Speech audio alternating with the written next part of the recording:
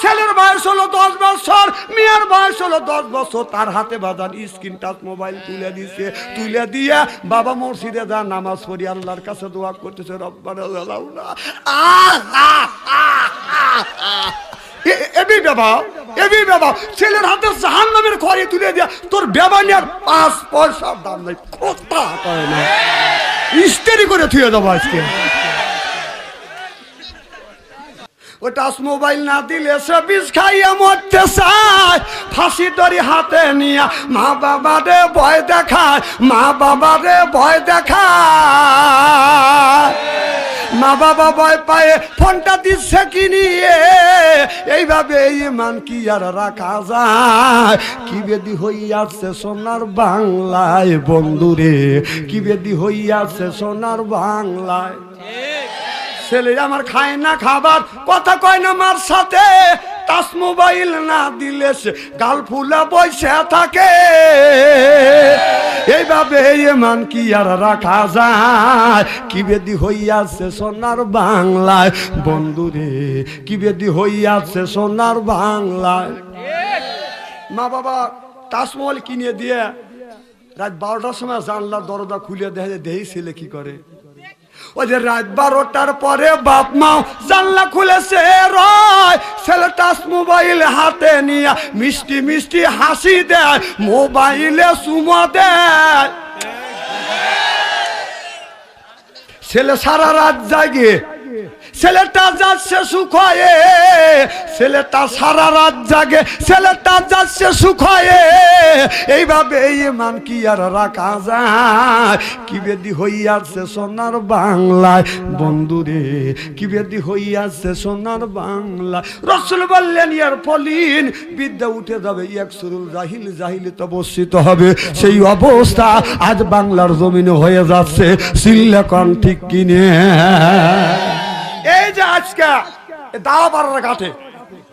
দাওয়াপাড়ার ঘাটে আসছি, ওখানে আজকে গেছি 1.5 ঘন্টা, আর ফেরি আসতে দেয় না। ঘটনা কি করছে, একটা ছেলে আপনার এইবারে রাজবাড়ির মিয়া আর পাবনার একটা ছেলে, ওই ছেলে দেখেন ছেলেরা কত নিচে নেমে গেছে। ছেলে যে মেয়েকে বিয়ে করছে ওই মেয়েকে আবার ডিভোর্স দিছে, ওই মেয়েটা আবার অন্য স্বামী কবুল করছে। বিয়ে করিয়া মানুষ কতটুকু উত্তর চাইতে খারাপ বলে এই জঘন্যতম কাজ করে। স্বামী স্ত্রী যা যা করছে সব মোবাইলে তুলে রাখছি। দেখে মেয়ের তো বিয়ে হয়েছে, মাঝে মধ্যে ফেসবুকে ছেড়ে দেন কত বড় কুত্ত। এই বিয়ে তো আমরাও করছি, মেয়েরাও যেমন বেলে হেস সবকিছু মোবাইলে তোলে, শালারাও ছেলেরাও এরকম বেশরম।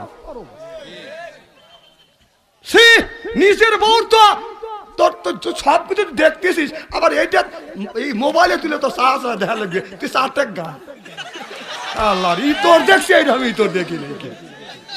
আচ্ছা লজ্জা করা উচিত। এমন জামানায় পড়ে গেছে, ইমান রাখা কঠিন হয়ে গেছে। বলতে চাই না, বলতে বাধ্য হচ্ছি, ওরা বাধ্য করতেছে। তোকে মুসিবত একবারই হারাইছিস, কুত্তর চাইতে জঘন্য হয়ে গেছে।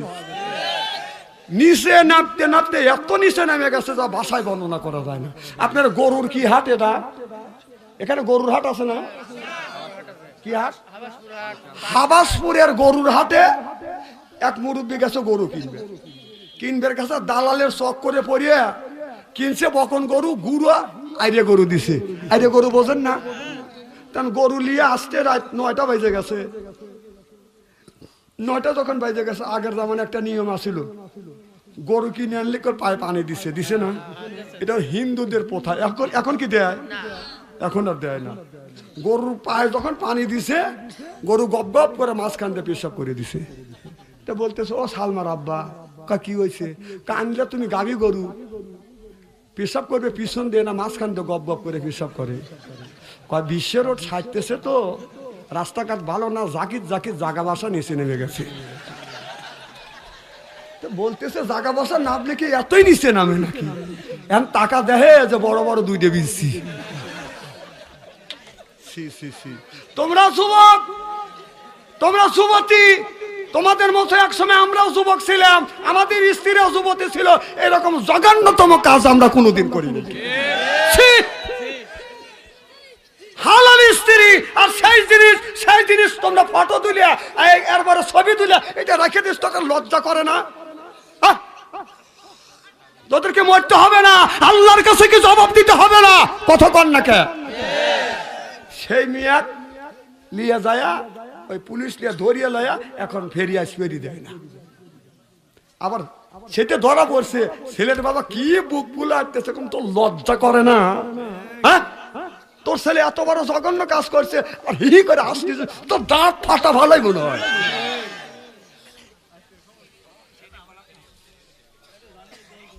খুব খারাপ লাগতেছে মনে হয়, তাই না?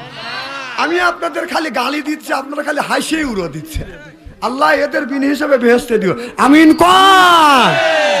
জিকির করুন লা ইলাহা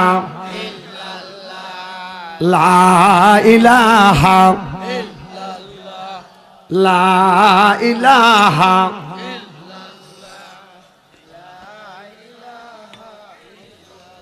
10 মিনিট ওয়াজ করবে দেওয়া হয় না?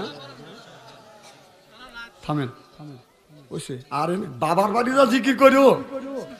দেখেন এই যে এখানে জিকির করবে বলতেছি, জিকির করতেছে না।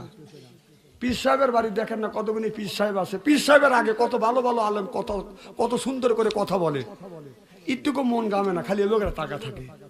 আর পীর সাহেব আইটিয়া মঞ্চে আসতেছে, কোনো কথা বলতেছে না, ও মুহূর্তে শুরু হয়ে গেল ও গুড়া কিন্তু গুডু গুডু করে। আমার ভাইয়ের আমার আল্লাহ বললেন ও কদর রব্বুকা, হে বান্দা আমার দাসত্ব করো, আল্লাহ তাবুদু আমার গোলামি করো, ইল্লাইয়াহু আমার বন্দেগী করো, অবিল ওয়ালে দাইনি ইসানা। আল্লাহ বলে বান্দা আমার দাসত্ব আমার গোলামি করবার পরে তোমরা তোমার নিজ নিজ পিতা মাতার খেদমত করো। আজকে মা হইছে বুড়ি, গার যাইতে আমার গুড়ি, বাবা হলো বুড়া, পিঠের উপর দৌড়ে দৌড়ে গুড়া, শ্বশুর হচ্ছে আব্বা জান, শাশুড়ি হচ্ছে আম্মা জান, বিয়ে করছে পিয়ারা জান, ওরাই সব জানের জান, পরাণের পরাণ জোরকন ঠিক কিনে। আজ মার কথা লাগে না ভালো, শ্বশুরের কথা মিষ্টি, বাবার কথা নিমতিতে, শাশুড়ির কথা চিনি, বাবার কথা নিমতিতে, শ্বশুরের কথা চিনি। মারে ভালোবাসে না, বাবারে দেখতে পায় না। আল্লাহ নবী বললেন দুনিয়ার মানুষেরা তোমরা যদি মার পায়ে হাত রাখো চুমা খাও, বাবার পায়ে হাত থেকে যদি চুমা খাও, আল্লাহ কিসমত পাল্টিয়ে দেয়। সুবহানাল্লাহ বললেন না? আজকে মার পায়ে হাত দেবার দান চুমা খায় না, বাবার পায়ে হাত দেবার দান চুমার খায় না, শ্বশুর বাড়ি যায় খালি খামচা খামচি করে, নেকি আছে কোথায় আর নেকি খোঁজে কোথায়? জীবন ভরা বাবা কথা বলা দেবে না এখন, এই রে কানে কানে কথা রে, এই কানে কানে কথা মোবাইল এসে যা শেষ করলো দেশটা, জাহান্নামের দ্বার বন্তরে নিয়ে গেছে। আমাকে জানি খেপালিও না, একবার কলে ইস্তেরি করে থুয়ে যাবো রে। আমি কল খেপে চাচ্ছি না, আমি কল সব বুঝি। ওয়াজটা করতে দেও আমার। আমার ভাইয়ের আমার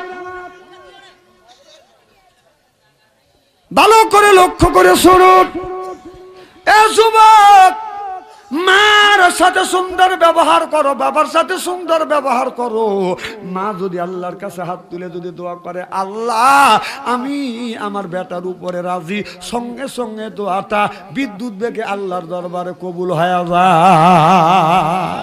আর ওই মারে কষ্ট দাও, বাবারে কষ্ট দাও, তুমি শ্বশুর বাড়ি যাও, মার কদর নাই, বাবার কদর নাই, মার সাথে দুর্ব্যবহার করো, বাবার সাথে দুর্ব্যবহার করো।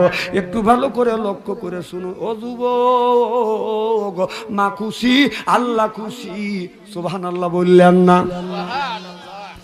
আমার ভাইরা, আমার যুবক রে, তুমি যদি শ্বশুর বাড়ি মিষ্টি নিয়ে যাও, শাশুড়ি তোমাকে বলবে বাবা কোন দোকানের মিষ্টি, কয় অমুক দোকানের মিষ্টি। তুমি কোথায় থাকো, বলে ঢাকা থাকি। শাশুড়ি বলে বাবা ঢাকার দই নাকি খুব ভালো লাগে, তো দই নিয়ে আইছো। কথা বুঝতেছেন না? শাশুড়ি কয় ঢাকা দই লিয়েছো। আর ছেলে যখন মার কাছে যায়, মা বলে বেটা আমি তোমার দই খাইতে চাই না, মিষ্টি খাইতে চাই না, তুমি যখন আসিয়া আমাকে মা বলে ডাক দাও রে বেটা, আমার আত্মা ঠান্ডা হয়ে যায়। সুবহানাল্লাহ বললেন না? যুবক, তুমি যখন ছোট ছিলে তুমি বিছানা বড় প্রসাব করতে, তোমার মা বামে হয়তো প্রসাব করছে, ডানে হয়তো প্রসাব করে দিছে, বুকে নিয়ে ঘুমাইতো, প্রসাব করিয়ে ব্লাউজটা ভিজিয়ে দিছে। রাগ করে মা কোনোদিন বাদান কাউরে খাটের নিচে ফেলে দেয় না। আল্লাহ নবী বললেন ও দুনিয়ার মানুষে যা, আমি নবী, আমার মা দুনিয়ায় নাই, বাবা দুনিয়ায় নাই। আল্লাহর নবী বললেন আমি একদিন আমার মা আমেনার কবরের পাশে যাইয়া আমি মা মা বলে রাখি, মা আমেনা আমার ডাকে সাড়া দেয় না, মা আমেনাকে ডাকি, মা ডাকে সাড়া দেয় না। একদিন আমার নবী বাদান আপনার মনটা খারাপ করে বাদান বসে আছে, সত্য বিটি ফাতেমা আমার নবীরে খুঁজে বাদান নবীরে পায় না, মা ফাতেমা পাগল হয়ে গেছে, আমার আব্বা কই গেছে, যা দেখে আমার নবী এক জায়গা বসে কাঁদতেছে। ছোট্ট বিটে ফাতেমা বলে বাবা আমি আপনি খোঁজাখুঁজি করতেছি, আপনাকে পাচ্ছি না, আপনি কেন এখানে বসে কান্দেন? আমার নবী বলে মা ফাতেমা এই জায়গা আমার মা আমিনার কথা মনে পড়ে গেছে, এই জন্য মার জন্য বসে বসে আমি নবী কান্দি। জোরে কোন সুবহানাল্লাহ। অনেকের মা নাই, বাবা দুনিয়ায় নাই, মা অন্ধকার কবরের মধ্যে 5টা কাপড় নিয়ে বাদান শুয়ে আছে, বাবা 3টা কাপড় নিয়ে বাদান শুয়ে আছে। ও বাদান ওই মা আর কোনোদিন আসবে না, বাবা আসবে না। যার মা মারা গেছে সেই মায়ের ব্যথা বোধে, বাবা যার মারা গেছে সেই বাদান বাবার ব্যথা বোধে তার কলিজে আঘাত লাগবে। আমি গুনাহগার, বাস্তব একটা ঘটনা বলবো। আমার মা 112 বছর পর্যন্ত বেঁচে ছিল, আমার আব্বা 97 বছর পর্যন্ত এই দুনিয়ায় বাদান জীবিত ছিল। আমি দেখেছি, আমি যখন মাহফিলে গেছি আমার মার পায়ে হাত রাখছি, চুমা দিছি, আমার আব্বার পায়ে হাত রাখছি, চুমা দিছি। মা বললে বাবা কোথায় যাবে? আমি বললাম মাহফিলে যাব। আব্বা বলে বাবা আমি তোমার জন্য দোয়া করি। আমার মা অমনি আমার কপালে চুমা দিছে, আমার আব্বা চুমা দিছে। আমি মা বাবার দোয়া নিয়ে মাহফিলে বাদাম যখন রওনা দিছি, আমি দেখছি আমার মা গেট পর্যন্ত দাঁড়িয়ে থাকছে। আমি 300 গজ যখন দূরে গেছি, আমি যখন বাড়ির দিকে বাদান তাকাইছি, আমি সে দেখছি আমার মা এখন পর্যন্ত আমার দিকে বাদান ছায়া আছে। আজকে যখন আপনাদের এই জায়গা রাজবাড়ি জেলা আমি মাহফিলে আসার জন্য রওনা দিলাম, আমি গেটের সামনে আসিয়া আমার মার কথা মনে পড়ে গেল। আরে আজকে যদি মা থাকতো গেট পর্যন্ত আমার আগা দিত। আজকে মা নাই, কেউ আমাকে গেট পর্যন্ত আগা দেয় নাই। আমার বাবা আমারে বাসে বাজার তুলে দিত, আমারে জিজ্ঞাসা করতো বেটা তুমি কখন আসবে? আমি বলছি আব্বা আমি রাত 12টার সময় আসবো। রাত 12টার আগেই যাইয়া আমার আব্বা বাস স্ট্যান্ডে বাদান দাঁড়া থাকছে। তখন তো আমি প্রাইভেট কারণ এই নেই বাদান ভেঙে ভেঙে গেছি। আমি দেখছি 12টার আগে বাদান দাঁড়াইছে, 12টা বাজে আমি যাই নাই, 1টা বাজে বাদান যাই নাই, 2টা বাজে যাই নাই, 3টা যখন বেজেছে আমি বাসের থেকে নামিয়ে যখন বাস স্ট্যান্ডে নামছি, যা দেখি আমার বাবা 97 বছর বয়স, পাতলা একটা চাদর গায়ে দিয়ে এরকম করে থুর থুর থুর থুর করে কাঁপতেছে। আমি চোখের পানি ধরে রাখতে পারি নাই, যা দৌড়া বাবারে ধরা ধরে বলছি বাবা আপনি কখন আইছে? বাবা বলে বেটা রে রাত 12টার থেকে এখানে তোমার জন্য অপেক্ষা করতেছি। বাবার গায়ে হাত দিয়ে দেখি বাবার গা ঠান্ডা হয়ে গেছে, বরফ হয়ে গেছে। গায়ের চাদর ছিল, চাদর পর্যন্ত খুলে দিচ্ছি। বাবা বলে বেটা রে আমার শীত ধরে নাই। ও ভাই যা বাবাকে নিয়ে বাড়িতে এসে দেখে মা তোকে নিয়ে এখনো ঘুমায় নাই, আমার জন্য অপেক্ষা করতেছে। আমার মা আমার হাত ধরে ধরছে, হাত আমার ঠান্ডা, পা ঠান্ডা। আমার বৃদ্ধ মা সরিষা তেল গরম করিয়া আমার শরীরে মালিশ করিয়ে দিচ্ছে। সরিষার তেল গরম করি আমার শরীরে বাজার মালিশ করে দিয়েছে। এখন আলা ভাই কেউ আমার শরীরে সরিষার তেল মালিশ করে না।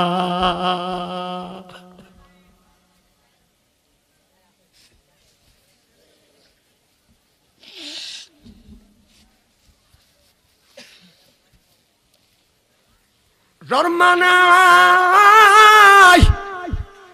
যার বাবা দুনিয়ায় নাই তার কলিজে আঘাত লাগবে, চোখে যদি পানি আসে ওই মানুষটার চোখে বাঁধান পানি আসে। বাজার মা কোনোদিন আসবে না, বাবা কোনোদিন আসবে না। আমার বাবা মৃত্যুর পরে, আমার বাবা যখন মারা গেল, আমার বাবা মৃত্যুর পরে আমার মা অনেক দিন বাদেন এই জমিনে বেঁচে ছিল। আব্বা যেদিন মারা গেল, আমার আব্বা যেদিন মারা গেল আমাকে বলল, তোমার আব্বা মারা গেছে, তুমি আলেম মানুষ, তোমার আব্বার গায়ের জামাটা খুলে দাও। আমি আমার আব্বার গায়ের জামা খুলতে গেছি, জামা খুলে দিছি, গেঞ্জি খুলে দিছি, তা দেখছি বাবার শরীরে কিছু নাই, শুধু 4টা হাত আছে। আমি যা কেঁদেছি মা, আমার বাবার শরীরে কিছু নাই। মা বলে, বেটারা তোমাদেরকে মানুষ করবার জন্য তোমার বাবার গায়ের রক্ত গুলি সব শুকিয়ে গেছে বেটা। বাবারে মাটি দিয়ে আসছি, মাটি দিয়ে আসবার পরে আমি বসে বসে বাবার জন্য কান্দি। আমার মা বলে, বেটা তুমি কান্দো না, তোমার বাবা মারা গেছে, আর কোনোদিন আসবে না, আমি তোমার মা তো দুনিয়ায় বেঁচে আছি। আমার ভাইয়ের আমার বাবা মৃত্যুর দীর্ঘদিন পর আমার মা এই জমিনে বাদান বেঁচে ছিল। আমি যখন মাহফিলে যাইতাম মার হাতে পায়ে হাত রাখতাম, চুমা দিতাম, বাবার পায়ে হাত রেখে মার পায়ে হাত রেখে চুমা দিয়ে চলে আসতাম। মা বলতে, বেটা কখন আসবে? আমি বললাম, মা 12টায় আসবো। ও বাদান 1টা 2টা বাজে বাদান বাসায় আসিয়া বিবির ঘরে দরজা হাত দিছি, দরজা শক্ত। ছেলের ঘরে দরজা হাত দিছি, দরজা শক্ত। বাইদের ঘরে দরজার পাশে গেছি, কোনো খবর নাই। মার ঘরে দরজা হাত দিছি, অমনি ঘরের দরজা খুলে গেছে।